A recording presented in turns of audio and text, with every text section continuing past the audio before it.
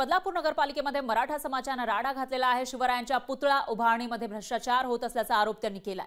अविनाश देशमुख यांनी बांधकाम विभागाला नोटांचं तोरण लावलं, तर अधिकाऱ्यांच्या दालनातही खोट्या नोटा फेकलेल्या आहेत। शिवरायांचा पुतळा काही दिवसांपूर्वीच मालवणच्या राजकोट इथं कोसळलेला होता आणि त्याचबरोबर इतर ठिकाणी शिवरायांचा पुतळा बांधण्याचं काम सुरू असतानाच आता बदलापूर नगरपालिकेमध्ये मराठा समाजाने राडा घातलेला आहे। शिवरायांच्या पुतळा उभारणीमध्ये भ्रष्टाचार होत असल्याचा आरोप त्यांनी केलाय आणि यावेळी अविनाश देशमुख यांनी बांधकाम विभागाला नोटांचं तोरण लावलं, तर अधिकाऱ्यांच्या दालनातही खोट्या नोटा फेकल्या।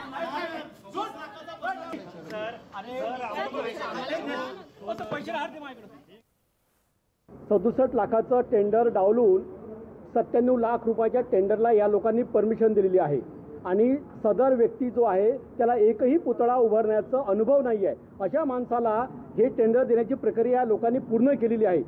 तर 67 लाख आणि वरती 97 लाख यामध्ये जो डिफरन्स आहे, हा जो पैसा आहे 32-34 लाख रुपये, हा कोणाच्या घशात गेलेला आहे हा माझा नव्हे, हा संपूर्ण महाराष्ट्राचा प्रश्न आहे। तर मालवणच्या धर्तीमध्ये बदलापूर शहरात जो प्रकार घडू नये ही माझी विनंती आहे। नाही घडला पाहिजे, पण घडलाच तर हे हरामखोर आणि लाचखोर अधिकारी त्याला कारणीभूत आहेत। यांच्या घशामध्ये हा पैसा गेलेला आहे। महाराजांना तरी सोडा, महाराज विकायला लागलेत हे लोक।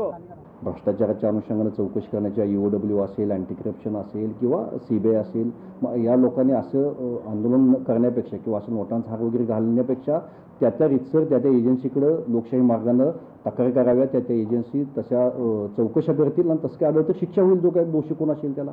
परंतु मी अजून छातीठोकपणे सांगतो की ही जी प्रक्रिया केलेली आहे, छत्रपती शिवाजी महाराज हे सगळ्या महाराष्ट्राचं, सगळ्या देशाचं दैवत आहे आणि छत्रपती शिवाजी महाराजांचा पुतळा चांगला बसावा यासाठी आम्ही निश्चित प्रयत्न करू आणि तो चांगला पुतळा बसवू।